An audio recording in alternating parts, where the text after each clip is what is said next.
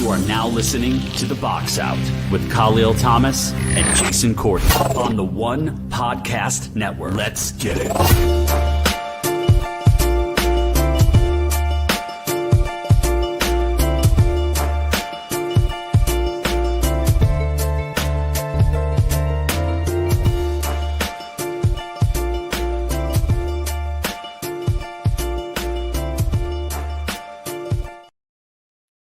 From NJ to BK and around the world is The Box Out here on the One Podcast Network. My name is Kahlil Thomas. Joining me in a few minutes will be Jason Courtney from Brooklyn, New York. As you can see, I kind of redid the studio of my stuff. I don't know. So this is what it is now. I feel a lot more comfortable here. Feel cozy. I feel like tucked in. Got my stuff behind me. I got Kobe right here. So new start, new look for the on my end for the One Podcast Network. Anyway, let's get started. We've been off about three weeks, give or take. So a lot of stuff that we kind of missed. I think we hit the main points of what we need to hit on our last show. And of course, I'm not going to belabor the point about LeBron James going to Philadelphia and blah blah blah blah blah. We'll talk about it in a few minutes. And I guess the deeper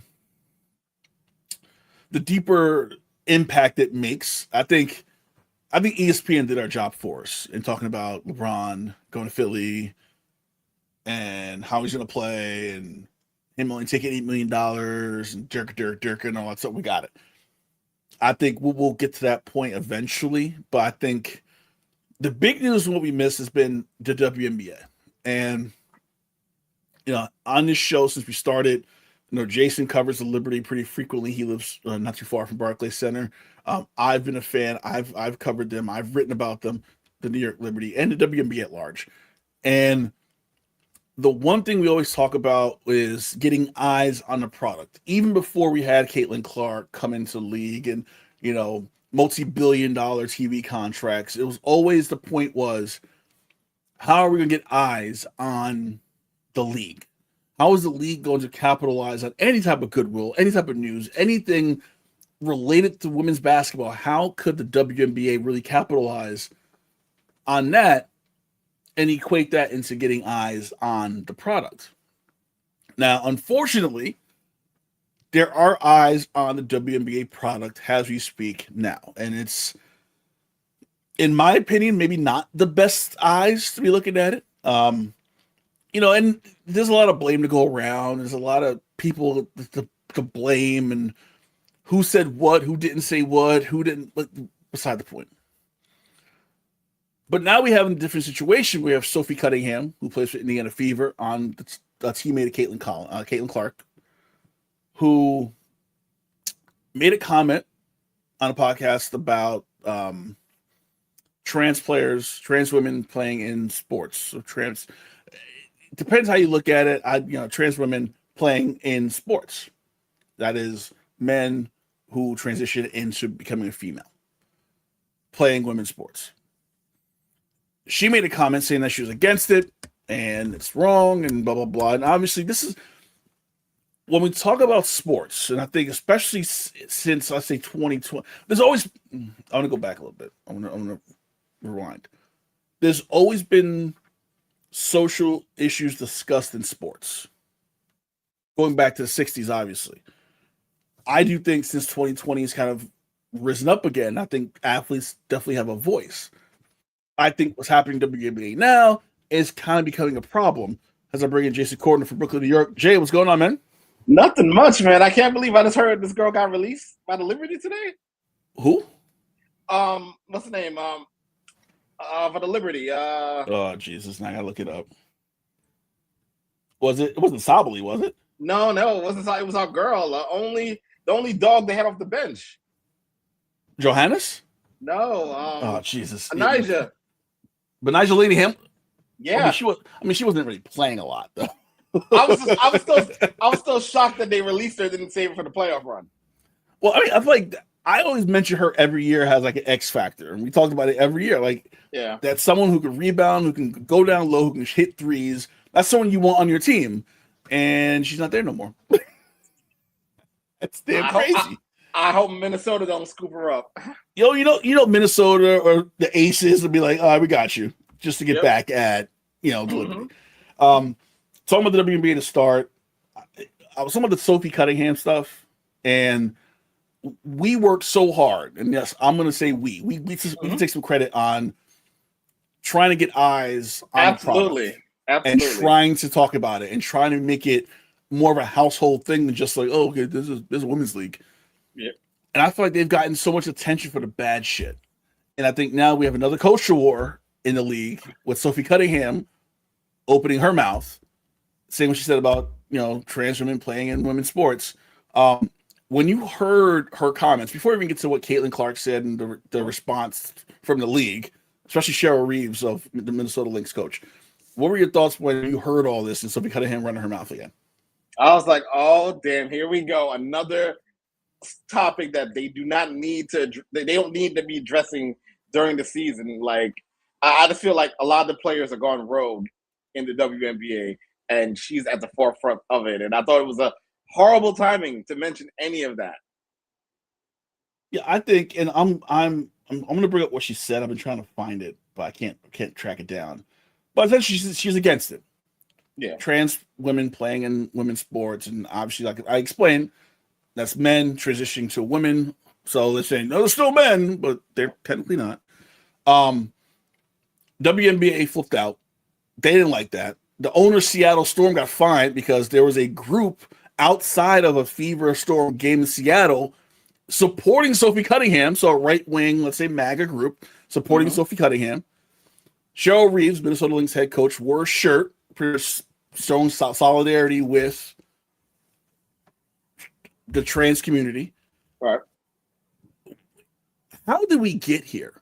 Is this one of those situations where maybe Sophie Cunningham is getting too comfortable? She's a ring girl at a UFC event and MAGA loves her. Is she getting too comfortable now? I think that's it. I think it's because she's very comfortable with the MAGA movement. She's at UFC events. She's adhering to that fan base. God knows Indiana has people that think like that somewhere in that state. And I just think it's one of those situations where freedom of speech, and she felt like that was the time to address it. And the thing, what bothers me about the topic is we don't have any to my knowledge, there's no trans women playing in the WNBA, nor, it's kind of like when people were homophobic about Magic and AIDS. Like, you didn't blatantly say, I don't want to play against Magic because he has HIV. It's kind of like that kind of stand, but no one was really taking that stance publicly back then. But now here we go all these years later, and she's just like, hey, let's bring up this topic just to bring it up. So I'm trying to figure out what she said. Okay, here we go. I think I have it. This is from Sophie Cunningham. I think I have a very clear and strong perspective on this. I know that people are not always going to align and agree. I totally understand that, but I think the most important thing is having that respect, having that love, and pursuing peace in these conversations and debates, because I think it's healthy. This is her saying after what she said. So essentially, lighting the fire, and then the last couple of days trying to shift it from what she said, and people like, yo, you fucked up. Now shifting it over to, let's just get back to playing basketball, and then blaming everybody else for making it a story when you flat out came out and said what you said. It's crazy. Yep. So that's just the nature of the business. Like, don't say, not saying don't say anything, because I don't believe in that shut up and dribble shit. But you also want to think about what you're saying. You're playing in a league that is largely lesbian. You have the LGBTQ community in your league. A league that's always supported it. A league that's always pushed for it and pushed for equality. When you have a good percentage of the league are lesbians. So do you feel like she's coming off as someone who's a straight woman that she wants to police the image of the league? That's what it seems like to me. Yeah.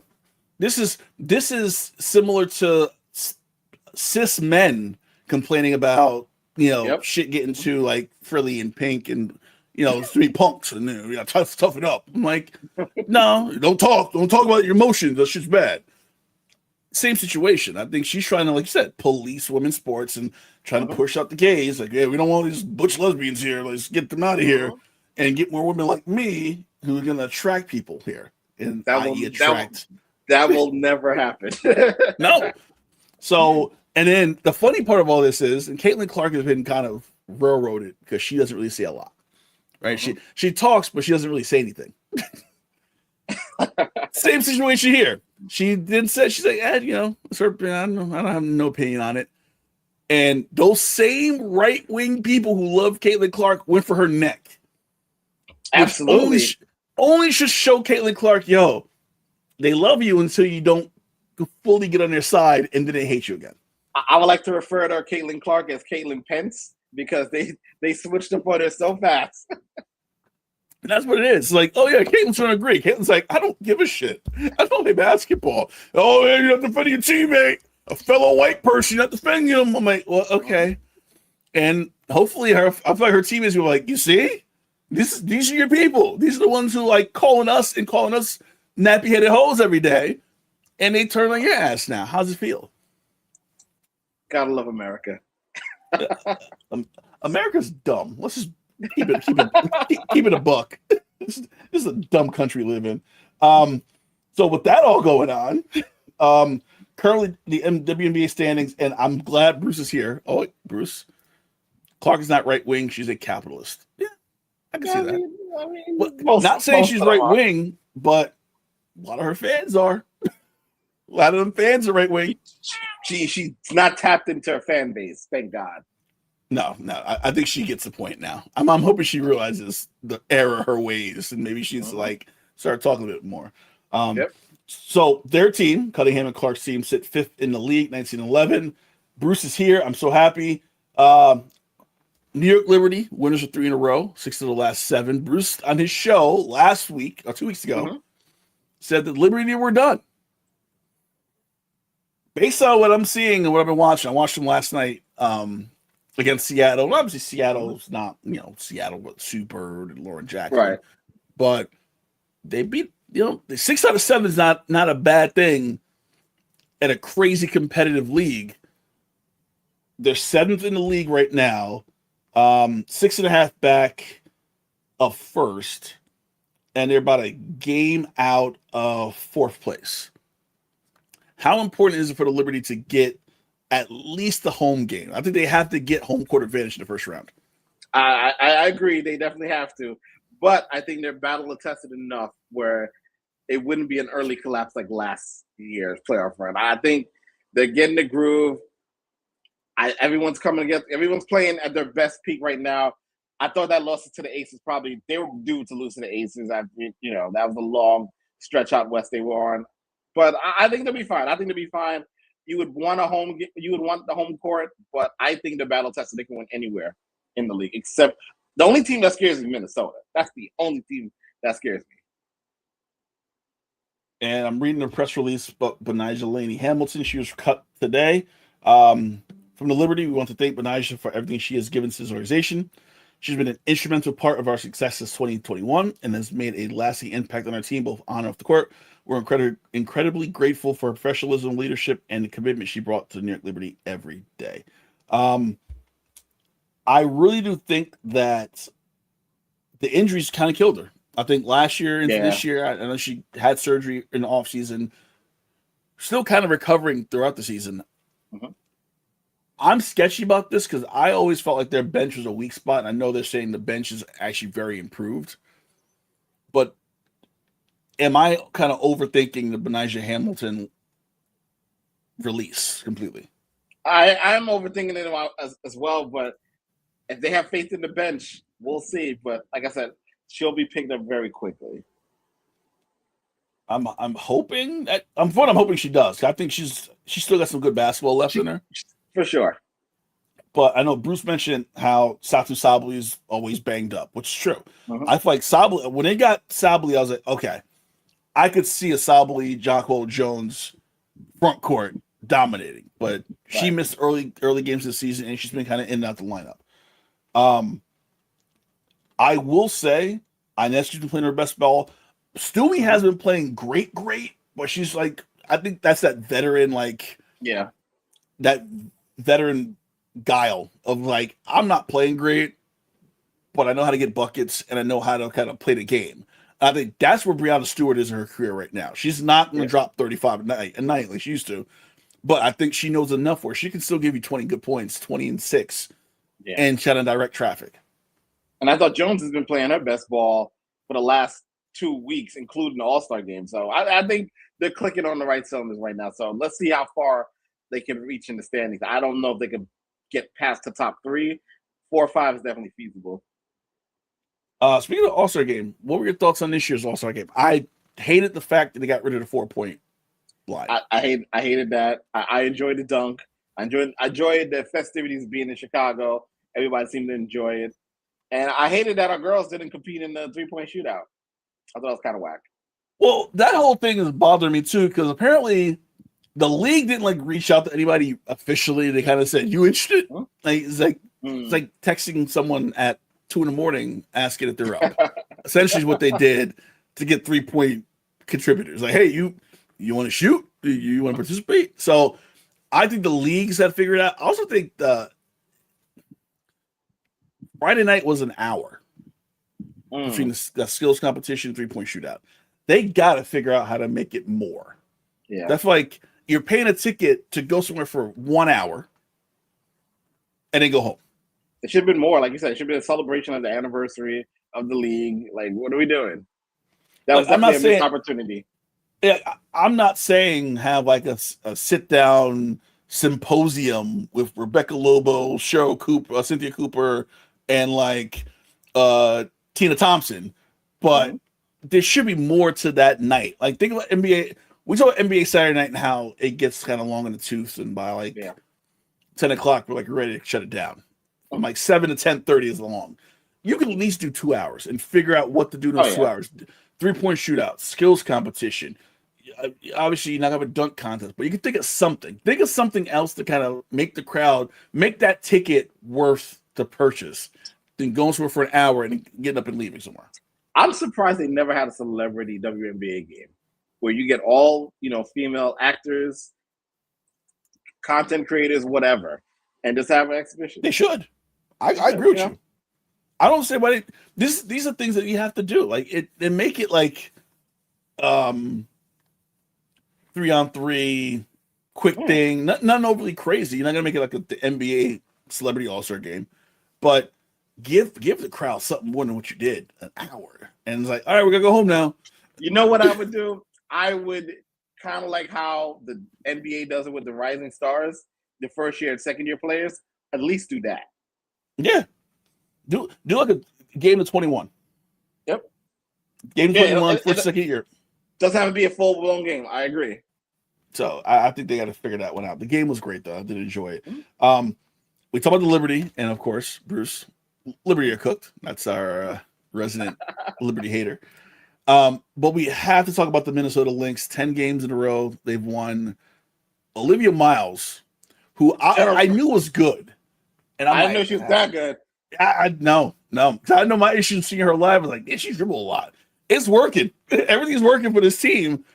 They get Nafisa Collier back, and I feel like it's a complete unit now. And I'm like, can anybody stop them? Because it really feels like they might be the best team I've seen in the league in years. I'm even putting the last few years of the Aces up there. I think this team all around 1 to 10 might be the best team I've seen in this league. I can't find a counter argument for that. I think they were short. They were pissed off losing to the Liberty that year, and I think that kind of galvanized them going forward. But no one knew this girl was going to be the second coming of Moses Malone, and now you add your MVP back. I think they're going to be. They might. What's the record for a WNBA championship run in the playoff? Like, what's the all-time best record? Whatever it is, they're going to try to capitalize it. See, I don't know, because I know now the finals are best of 7, best of 5, best of 3. So I think we got to kind of look at that and figure that one out, because it's sketchy. But Olivia Miles, she plays 30 minutes a game. Look at the stats: 19 points a game, 4 rebounds a game, almost 5, 6 assists a game, 3 turnovers, which is impressive. Because I know when I saw her, she had at least 7. And I know she averaged like 5 to 6 during her time at TCU last year. Not shooting great from 3, 30%'s all right. But I really do think this team, and Bruce is in the chat saying that they're overhyped. I don't see it. I don't think so. No. And the 10 teams they beat, and I'm gonna go through the schedule real quick before I open my mouth and Bruce jumps on me. I don't think they played a lot of bums in these 10 games. I don't think no Connecticut? No Connecticut? Oh, Connecticut. Poor Connecticut. I'm gonna keep my eye and I'm like, how bad is it over there? I think they're like 7-20 or something like that. I'm like, poor guys. I'm sorry. No one cares about you. I'm sorry, guys. Look at the schedule real quick of what they've done. All right, so they beat Indiana. Okay. They beat Toronto twice, so this ranch team to beat Seattle twice. Portland's been a good team. They beat the Sparks. The Sparks still had, Kelsey Plum competitive. They beat Phoenix. They beat the Liberty. Connecticut was on the list. They beat Connecticut, but only by 6, though. Okay. And I was after losing to Connecticut 2 days before. So they lost to Connecticut at home and then just went on a 10-game run. I think Connecticut pissed them off a lot. Connecticut was their Atlanta Hawks. Got it. Connecticut, they're like, nah, we good. We're gonna run this out. No, I mean, listen, we saw it last year. The Ace started really badly and they kind of picked it up towards the end and kind of ran through everybody. I think Lynx kind of figured it out now. Kind of like now, we're not at the total end of the season, but we're getting to that point. I think the Lynx, I think the Aces are hippy dippy. Like we don't. Yeah. I don't know from night to night if you're gonna get a good game from them, if you're gonna get a game that they care about, or a game that should win by 20. They just wait for the playoffs to start. That's what they're waiting for. I hate that. I hate hearing that. I hate we're really just waiting for the playoffs to start because we don't give a shit. When the real games count, then we'll come out play. So they're leading the league. The Aces are number 2. Tied with the Golden State Valkyries, who I'm going to put out there as one of the best run organizations in sports by far. And that's coming from a Mets fan who lost all of his players this week. So there you go.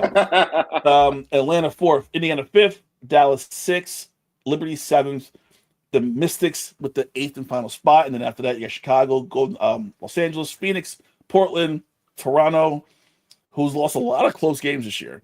Like, they should not be 10-20. I'm just gonna put it out there.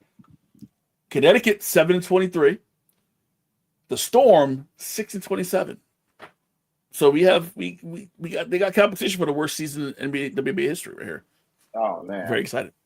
Talk about fall from grace. Good Lord. Ooh, I mean, listen, Seattle. They said they were rebuilding. They went young. When they drafted Dominique Malonga, I was like, yeah, they're gonna go young. This is a rebuild time. they said screw it. This is the Juju draft coming up. It's supposed to be, yeah. Okay. So we'll see how that works. I don't know. Although I can see Juju staying another year after this, though. I can see Juju saying, you know what? I feel like she's not going to be great until later in the season. Okay. And I can see her saying, you know what? I'm probably getting like $4 million in NIL money. Why not stay another year? NIL, change the game. Yep. See what's up. Real quick before we get to our top 10 list, we have to talk about LeBron going to Philly. We were off during that whole decision part 18 that we have. How does he fit with this team? Because when he announced it, my first thought was I saw a graphic of LeBron, Embiid, and who was the other one? And Jaylen Brown. No Maxey, no Edgecombe. How is this going to work? Because it seems like those two guys are forgotten about already. It's funny you mentioned that because I'm having a hard time grasping how this is going to work because I feel like, first of all, Edgecombe is about to become Mario Chalmers, and that's going to be horrible for his development. It's destined to happen. Maxey got that Dwayne and Kobe in him. He ain't going to give up the ship. He ain't going to give up the reins of the ship. Just that simply. Jaylen Brown, they just beat him after up 3-1. So I don't know how much leeway he's going to probably, show off his ring or whatever. So I don't know how that's going to work. To me, it's too many egos, too many chefs in the kitchen. I think LeBron, where he comes in, is going to be the player coach. He's going to be the floor general. If they're smart, he's going to be the point guard, the point forward. And it's going to take a while. People pegging him to be number one in the East already. I'm pumping the brakes on that. I think it's going to be clunky coming out the gate, and we'll just have to see how it works come playoff time. I think you said the right word. It's going to be clunky. It's going to be Miami season 1. When it took them a while to figure out. A little worse than that. They're going to try to figure each other out, figure out what works, what doesn't work, and it's going to take February, All-Star break, before they're like, okay, we figured it out, and then it gets to the playoffs, and it's not going to work well. I just think you have Maxey, who is ascendant, who's going to get his growth is going to be stunted because you're going to have Embiid wanting his touches. You're going to have LeBron wanting his touches. Jaylen Brown is going to want his touches. So where does Maxey fall into that? Edgecombe, who I think best rookie of last year by far, you got to stunt his growth now because he's not going to touch the ball as much as he should because he was kind of forced into it this year, but he successfully dealt with it. I feel like you have two guys on this team who's going to be very unhappy and very pissed off that their minutes, their touches, their shots aren't coming because we got to get the ball to LeBron. We got to feed the ball inside Embiid. We got to give Jaylen Brown his 20 shots a game no matter what. This could end badly for everybody. They down by 2, 5 seconds left in the game. Who's taking that shot? Ooh. That's a damn good question. You're gonna have Embiid camped up in the bottom of the post. You're gonna have Jaylen Brown in the corner. LeBron's gonna pass the ball, so we ain't gotta worry about him taking the last shot. Definitely. But who does he pass it to? And Beasley be like, I'll take it. I got it. And they're like, no. No, I'm still a guy here. Besides those two, and I forgot they got picked up Anthony Simmons and they got Kentavious Caldwell-Pope too. So I feel like you have a pretty good bench as well. Mm-hmm. So a lot of these guys, if they're smart, and I forget they had Dean Wade too from Cleveland. So you got a pretty good bench. You're gonna have to stunt these minutes. Like you start with your 5, but then there's gonna be a lot of chess and just moving pieces in and out. And Nick Nurse didn't have this problem in Toronto. Nope. Not many coaches have this dilemma. I think he's got to figure this out fast. But like, hey, who's playing who? Who's playing when? How quick in the first quarter to make the first switch? Do I just put Maxey on the court with Edgecombe and let them just run wild with Kentavious Pope and everybody? There's a lot of movements they got to make to figure this out. Still want to know whose team it is. Is it still Embiid's team? It should be Maxey's team. It should be his team already. The collateral damage of all of this is poor Miami Heat. Poor Miami. Riley probably, I feel bad for Riley because Riley, not only did he lose his girl, thought he could get her back and lost her again. Ain't no way they put a statue of LeBron in Miami. No way. So you got Giannis, you got Bam, you got Andrew Wiggins. That's it. Kind of feel like that old Grant Hill, T-Mac, Orlando Magic team. They thought they was gonna get Duncan, but Duncan's like, nah, I'm not going there. You got Bobby Portis, you got Davion Mitchell, you got Tim Hardaway Jr., and that's it. And you got Jovic. Yeah, you have a Nikola, but not the right one. And they did all of that to be in the same spot they were last year, playing. Yeah, they're a 6. They're either a 6 seed or a 9 seed. Anywhere from there, that's where Miami Heat is. Yeah, there's no going up and down. This is where they are. They're stationary. So I'm for them. And Boston, another one. I'm gonna call some names out for Boston. Tell me where they are at the end of the season. And this is based in order of money owed to them, the amount. Oh, damn.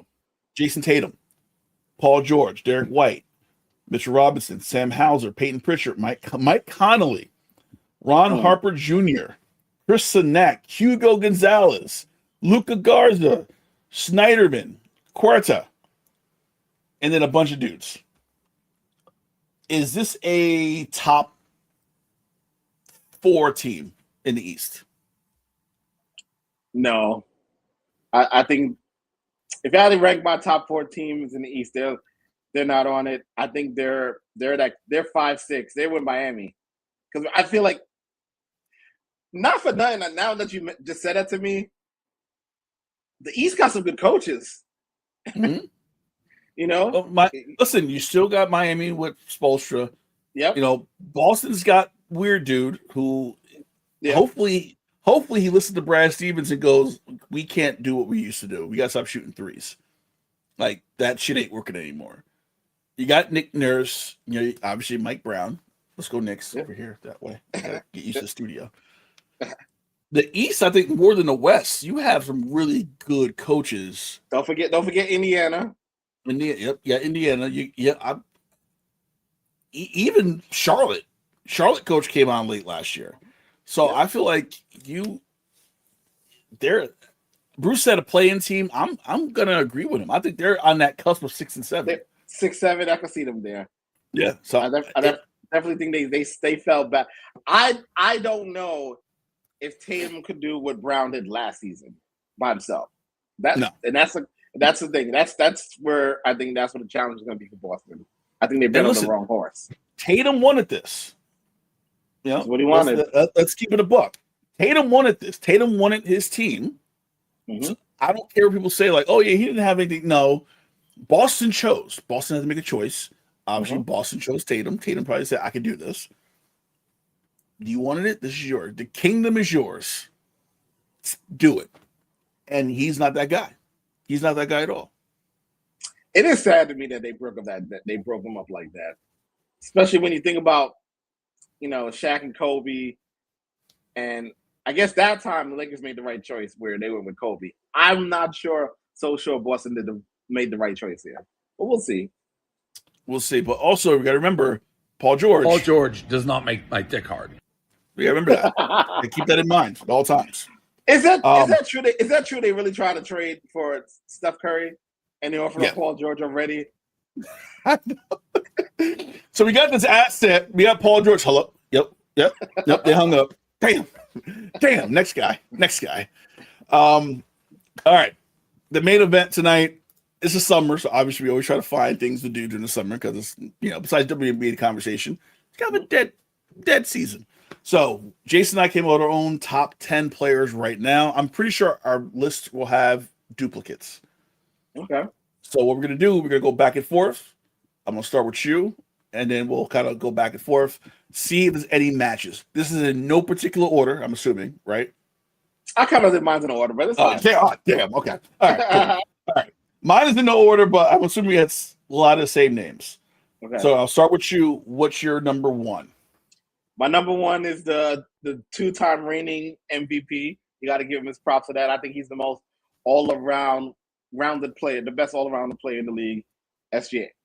Okay, I got SGA on my list. I think there's no debate about him being on this list, being number one, right. Even.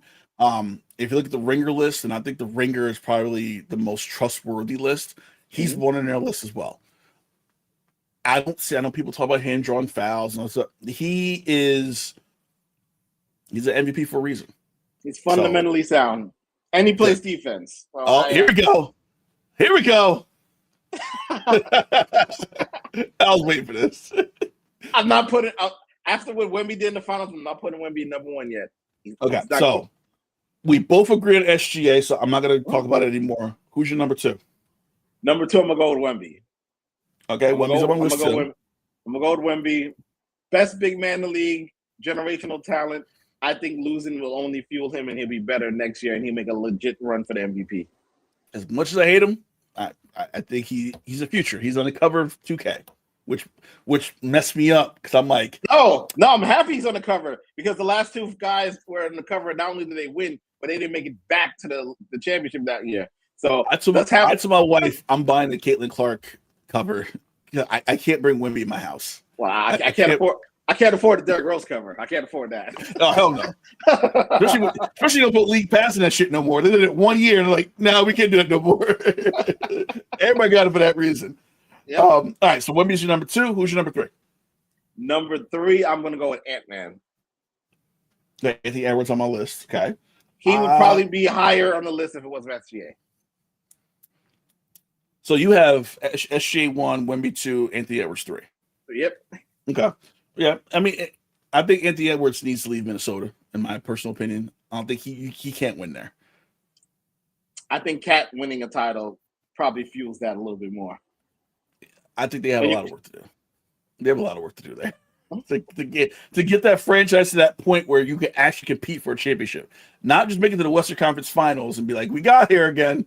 Yep, they got to figure something out. And I feel like the trade get LaMelo Ball, I'm still not completely sure on. I'm not sure about that. So I'm still sketchy on that one, how that's going to help. But and you lose Naz Reid, who I think is your second best player on the team. So who knows? All right, who else you got? I reluctantly, I'm gonna go with Luka here. When healthy, he's a top 5 player. No, I think Luka's on my list. Luka is. Does he win a championship with the Lakers? That's my question to you. Eventually, not right now. Eventually. So he's going to be there long term. He's their anchor. He's their anchor. Okay. Yes, they're definitely going to build this new Showtime around him. The new ultra white Beverly Hills Showtime. Woo! That's one light skinned team, man. That's all I got to say about that. That was a competition that you will see in like the Big West at midnight on ESPN2. They play in those games that no one cares about. Yep. All right, so Luka is 4. Luka's 4. Okay, who's your 5? I'm going to rattle the cage. I'm going to go with the Finals MVP, Jalen Brunson. He's on my list. God damn it! He's on my list too. Let's get it. If you don't put Jalen Brunson on your top 10 right now, you are foolish. Not a valid top 10 if he's on the list. I consider it, and he had a great regular season, but you look at his playoff performances. I compared it to Eli Manning's. Right, regular season he played well and he did his job. Postseason, especially the last 2, he's been the dude. This one cemented his status in the top 10. So I agree with you. Jalen Brunson should be on this list. If he's not on anyone's top 10 list, fuck him. That's where I'm at. And yes, I put him ahead of the Jokic. Jokic is my next guy up there. I had to put him ahead. I feel like Jokic coast a little bit. I feel like he's resting on his laurels. I think he was happy with the 1 title and a few MVPs. He seemed very complacent. But I think in an open West, we'll see what does next season. But he needs to step it up a little bit because he's slipping down my list. I was looking at him and I was like, you got to put him on. Is he still top 10? He's on my list. But it took a minute. I was like, is he really top 10? Like, where is he right now? Like you said, it seems like he's not really playing. He gets his points, gets his triple-double, but it's kind of like this really quiet, I got a triple-double. I don't really give a shit about this stuff. That's what it feels like to me. That man treats the NBA like it's a job. I'm coming in, punching in, and I'm leaving. And that's it. And good for him. He's making millions of dollars doing it, but I need some oomph. I need some, like, give me something. Give me some show. Give me a show. I want the NBA for a show. Give me some entertain me, goddammit. I'm not entertained. Bruce, surprisingly, Brunson, number 3 is Brunson to Bruce. Wow. You know what? I will. No, I can't put him on. No, you can't. No, you can't flip flop. Hold on. No, I can't do that. I can't. I can't. He's 6'3". Tomato. Close enough. All right, who you got next? Next, I'm gonna surprise the whole Philly fan base. I'm going Jaylen Brown. He's on my list too. Yes, yes, yeah. I knew we were on it. Like, can you make a case where he shouldn't be on his list? Because I don't see it. And just think about it. He had a breakout season last year when he was by himself, no Tatum, carrying the load, led Boston to the 2nd seed, and all he got for his troubles was getting traded to a super team. I mean, there you go. I think him doing what he did last year cemented his spot because I feel like everyone assumed Boston was. They had him like 10-11 before that. Yeah. everyone assumed Boston was just going to be against a throwaway year because Tatum's going to be out, so who gives a shit? Yep. Browns the reason they got to where they got to. Now they lost in the first round of playoffs, and I contribute that to them kind of shoehorning Tatum back into the lineup and trying to a lot of that could be them forcing Tatum back in the lineup and kind of disrupting things. So yeah. So I'm of the mind where Brown's performance this past year put him in his top 10, no questions asked, no matter what. That's where I'm at. Who do you got next? This one, I'm pretty sure you probably don't have him there, but I think he is on a Dwayne Wade ascending the top 10 quickly, and that's Maxey. I got him too. We are so in sync. This is amazing. We've done this show way too long. I did not think you would have Maxey on your top 10. Maxey was on my top 10 because I was going back and forth between him. I'm not gonna say who else. So I was going through a bunch of names. I'm like, I don't see it. You're probably the same person you're thinking about going back and forth with. Is the same person I'm thinking about, and that's Giannis. And that's Giannis. It's Giannis and Steph. Yeah. That was like this with Steph. Yeah. Those two have dropped, and obviously LeBron's not in my top 10. No, I think Maxey. I think this is why LeBron coming to Philly really is gonna fuck his shit up. Yeah. I feel like it's really gonna mess him up. Where we're not gonna see that, like you said, that ascendance that we should see this year. This should be the year where Maxey becomes that dude, and the conversation is like, is Maxey top 5? And we're not going to see it because he's going to have all these other pieces around him taking little pieces from him. And I think that's going to really mess him up this year. I thought what hurt Maxey, I mean, I thought he did a phenomenal job in the playoffs. But that Knicks series, you could clearly see in his face, he wanted more from Embiid, and Embiid wasn't able to give him anything. And that, I thought that kind of hurt the psyche. And we kind of said it last year. Going forward, it really should be about Maxey and Edgecombe, and now you just inserted LeBron and Jalen, and they got to take a backseat. I don't know if I'm with that. If I'm Maxey, Edgecombe, he got no choice. He's Mario Chalmers, but and Maxey, the problem is you still got Embiid, who is going to say he's healthy, and who organization and franchise. He does look slim in the pictures that are surfacing, which is bad for him because he's like, I'm healthy. I want the ball now. Exactly. That's gonna be the problem now. So it's like you're messing up his stuff now. All right, who else you got? What number are we up to now? I think we're up to 9. 9. Okay, who you got? So now 9. I have to put Steph there. He still got bullets in the tank, and he still got bullets in the chamber. He still can give you 30. Give him a supporting cast, and he will carry you to a playing game. Yeah, like I said, I was kind of going back and forth with Steph and Maxey and Giannis. I know the Ringer had Kate Cunningham top 10, which I was like, that's bullshit. Actually, that last spot, he was in that conversation for me, but I couldn't put him in 10. Steph still has bullets. My question is his gun fast enough still? Is he the gunslinger from The Dark Tower, which I just saw the other night, which is a great fucking movie. I forgot how good that movie was. Or is he John Wayne from back in the day? I don't know, because they're going to lean on him a lot this year. And I'm like, if you're a top 10, you're that dude. And you're, no matter what, you're going to drag your team to not a play-in spot, but to a top 6 spot. In the Western Conference, can Steph do that? I don't think he can anymore. Yeah, that's going to be the tough part. That's going to be tough. That's a lot to ask. That's what made me not put him in my top 6. I'm like, Steph can't do that. I hate to say it because I love him, but I think it's past. I think that time's passed already. You're going to be shocked with my number 10. What's your 10? I'm going Cooper Flag. What? Get the fuck out of here. What? What? One for ratings, I had to put a white guy up there. And I think we got a white guy. We got Jokic. A white American, sorry. I had to put a white American up there. And I didn't want to go with Reeves. I think Flag is a little better than Reed. But right now, because my debate for number 10 was, do I think Flag is better than current Giannis? Yes. Do I think Flag is better than current Donovan Mitchell? Yes. Do I think his upside is still there? Yeah. Do I think a full year, no distractions, Dallas Mavericks, what can he do? And I think he will he'll make a strong case for a solid 25 and 10 guy.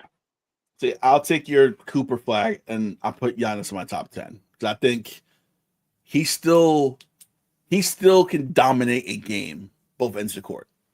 Of like a healthy Giannis is going to give you defensive effort. He's going to score 35 points. He's going to grab 50 rebounds. He's going to block 3 shots. I think the overall impact that Giannis still has in the game, and he still had it before the whole Milwaukee thing collapsed, he was still that guy. So that's why he's still on my list. It's not – I think he has one more good year. I think this year he still has that Giannis year. I think after this year, we'll probably start seeing some shit coming from him. Bam's gonna be like, I ain't one of your brothers. Pass me the ball.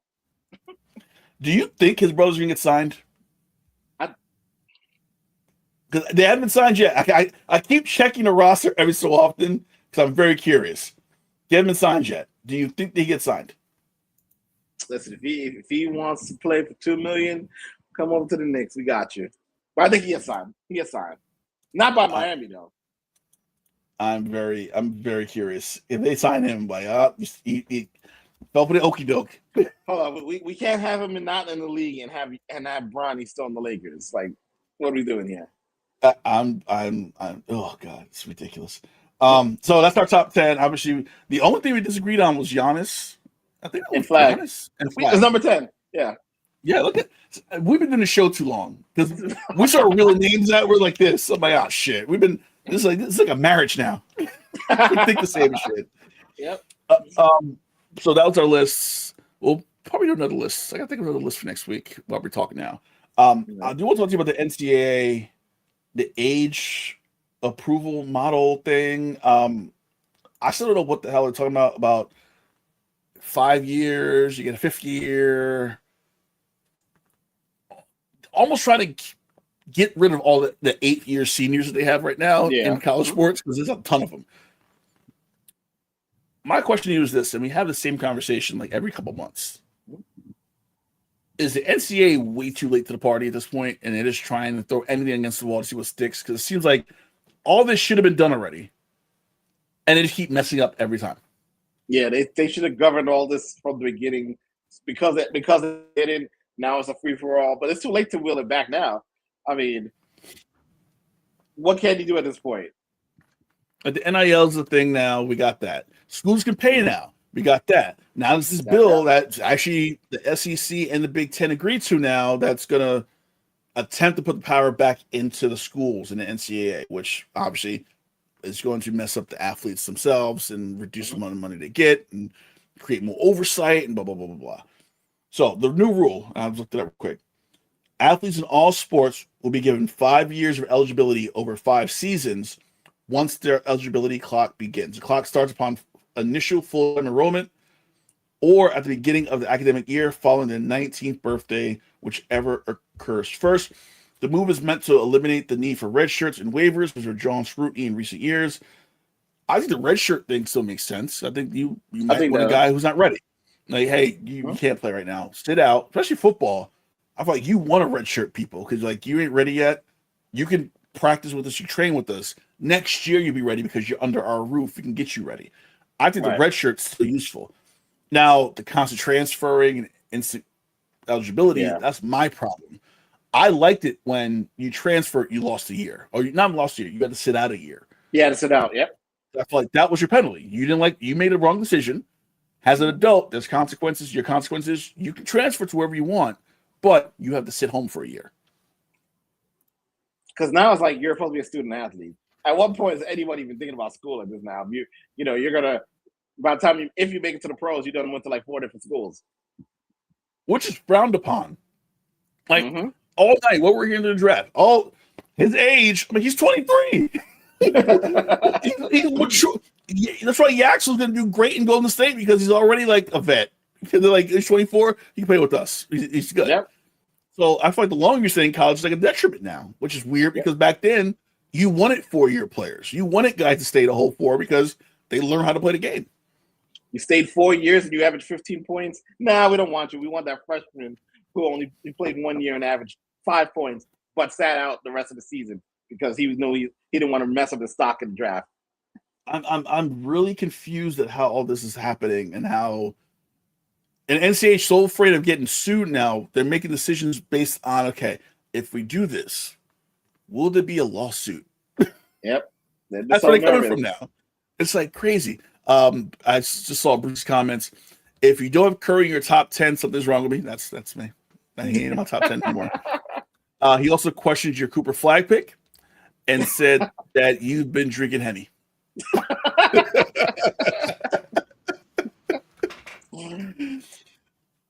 I agree with the Henny part. I think he was slipping on some of them bottles behind you before you got in this damn show. Listen, man, Cooper Flag's the future for Dallas, man. Woo! All right. Our last topic, obviously, tonight we talk about SummerSlam that happened last weekend. I watched both nights. My main takeaway is that the WWE and TKO ruined Chad Gable's win with that goddamn dog. Yeah, I mean, what was that about? The sponsorship stuff is getting out of hand. And wait, I'm watching the show, and I see you got dog in you, and Chad Gable's got that dog. I didn't see the dog until like 10 seconds later. I'm like, is that a man dressed in a dog costume? Like, what is happening? They just ruined this shit in this whole thing. TKO's just somebody's got to wheel them back a little bit. But like, even if you look at the ring, there's so much sponsors on the ring now. There's names on the ring. People paid to have their names put on the canvas now. I'm like, what are we doing? And they're so money hungry. We're like, I know we're doing WrestleMania in Riyadh, but you can go to the Garden, sit and watch it. I'm like, what? And then stay for a AAA show. I'm like, for what? That's no one. First of all, if you're committing that much time to wrestling on a given Saturday or Sunday, shit. That's more than an average work day. So I'm assuming Mania starts at like 1 o'clock is usually the Riyadh shows, right? 2 o'clock. So it's like 1, 2 o'clock, yeah. 3-hour show? Right. For Mania? Yep. For 4 o'clock, a break. And then to get everything set up. For like 6, 7. So are people staying in the theater? Or are people leaving and coming back? I'm confused. They would probably, it depends how they set the theater up. If they already have like the ring and everything out there, and now they just got to bring down I did one SummerSlam, the Highway to Hell. Yeah. I did that in the theater, and they had the big screens come down, and I watched it there. They probably do something like that for the WrestleMania. Was that was that the Lions Den match for Shamrock and Owen Hart in the theater? Okay. Yes. Okay, I remember that. Yes. Okay. That brought me back. I'm like, damn, that was a shitty. That was a shitty match too. The other takeaway, and I want to get your thoughts on this because Conrad Thompson said something very interesting. He did. And I gotta find the exact quote because what he said was controversial, but to me held some. I gotta agree with it. Conrad Thompson calls Roman Reigns the most overrated main eventer in WWE history. Over Hogan? That was my first point. I think Roman Reigns. I think my computer's gonna die. I think Roman Reigns is probably the most overrated main eventer in WWE history. He continued calling Reigns the industry plant, and he just flies in, takes 12 minutes to get to the ring, wrestles kind of the same match, does it really, really slow, gets his hand raised, and he moves on. He's Goldberg if Goldberg worked more than 10 minutes. Damn. How do you feel about that? And he compared this bloodline run to the black and silver NWO when they got back together to figure out Poker Doom Night. First of all, they're doing the bloodline stuff wrong. If I'm writing for WWE, I'm finding a way to turn Jay against them and whatever. But I agree with it a little bit. I think he's not their top guy. I thought Seth was always their top guy. Well, he's definitely Hunter's top guy. And at this point, we're in a crash course. We know what the main event is going to be Oba versus Roman. Oba's taking over as the top guy. But we still got that Braun Breaker factor. I think it's time to bring Roman down a little bit. The same way they brought. I was telling a friend, the women's division it's leaps and bounds better than the men. Whereas they don't heavily rely on Charlotte and Becky anymore. They got a new crop of talent. Rhea is already looking old now. Liz. But that's my question. Is the women's division good? Because I feel like Lia Valkyria got this huge win over Bayley, hasn't wrestled a match since. I felt like they don't want to pull the trigger on Charlotte Jade, but I'm like, you're just letting this tick away. This match should have happened already. I don't think Jade's ready yet. I think that's why that match ain't happened yet. I mean, it's not like Charlotte's like Natty. Like, it's not going to be a good match either way. So right. Charlotte's going to lead her to a good match. So you must just have the match. But I will say I am intrigued with SmackDown. SmackDown's loaded over there all of a sudden. I don't know how NXT. But their show, but SmackDown shows are so. I know they went back to 2 hours, and it still just feels like, this show ain't ending no time soon. I think it's a Friday thing. I think SmackDown should be on a Tuesday. It should be Monday, Tuesday, Wednesday. Well, they can't go NXT Wednesday, but yeah. It just feels like you watch Raw. I don't watch Raw because I'm Netflix, and I'm not switching back and forth every 10 seconds. You watch SmackDown, and by like 8:20, you're like, I'm over it. I'm done. They do a promo segment. Cody comes out, half the crowd boos, half the crowd cheers, no one really cares. And then the Punk Cody stuff took way too long to kind of push, and that was kind of fast tracked. So the match had heat, but really didn't have heat. It was kind of like manufactured heat. And then Baron Corbin beats Trick, and I'm like, what? Huh? Why? They put that briefcase on Trick. That's why. It's just I don't. The company itself, and then both nights of SummerSlam was just like, okay, it was cool. It didn't feel.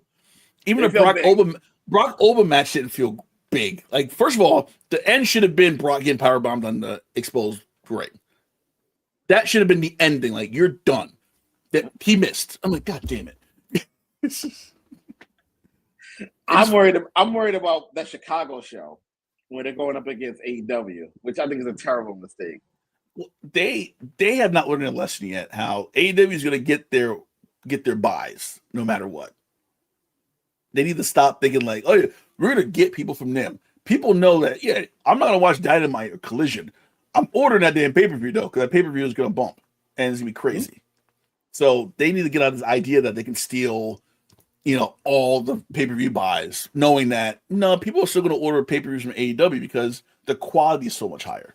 I heard that is why they did the announcement about New York for WrestleMania. So they didn't want other promotions to like find a city infiltrated and have shows there like how they normally do. But there's still, WrestleMania season. I think Tony hasn't said anything yet. I think he's going to do something that weekend. I think it's a plan of like, you know what? Maybe something we do big. Have. I think he already has relationships with a lot of the indies because he put them on their my AEW app, which we don't have here, which I'm pissed about still. I think he's gonna get them all together. Like, let's just have a big show or have a series of big shows the whole weekend.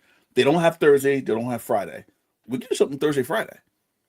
We can do something in between the break between Mania and their show. Shit, we can go up head to head or go.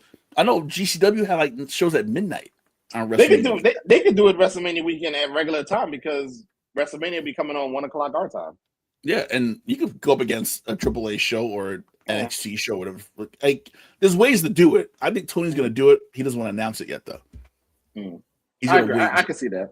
He's going to wait till like February. Like, oh, by the way, I got 8 indie promotions. We're all getting together, having a big show, and just hang out, chill. I'm like, God damn. Hopefully in New York. I really want to go to that. Jay, good to be back. Good to see you. Likewise. So we're going to come back next Thursday, and I'm going to give you a challenge. We did this years ago. Okay. Next Thursday, top 5 all-time basketball movies. Man, I wonder if there's been any updates to that list. I'm trying to think of. Probably not. Hasn't been a good basketball movie in a while. No, I have a couple that I forgot about. Actually, you know what? I'm going to put TV shows in there too. Actually, no, let's make it top 10. Top 10 TV or motion picture basketball flicks or TV shows. Okay, that's fair. And we'll do that. We'll do 10 TV shows count. So that encompasses a lot too. There's a lot of basketball TV shows. So we're gonna do that next week, next Thursday here in the box out. Also, obviously, WNBA season will be winding down next week, so that as well. Also, if you didn't know, Live Free and Laugh Hard, our Rich Pryor episode, that is out. We did it 2 hours on Rich Pryor, and that was just part 1. Oh, wow.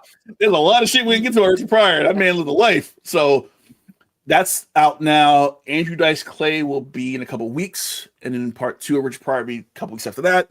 So that's going on. Obviously, armchairing with Bruce, who hates New York Liberty, Wednesdays 8 p.m. here as well. So a lot going on here. But for Jason Corden, I'm Kahlil Thomas. Thank you so much for watching. We'll see you next Thursday night here in the box out. Peace. Peace.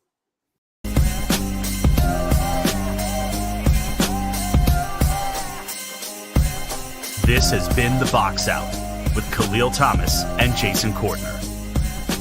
Subscribe now for the best tri-state area basketball talk.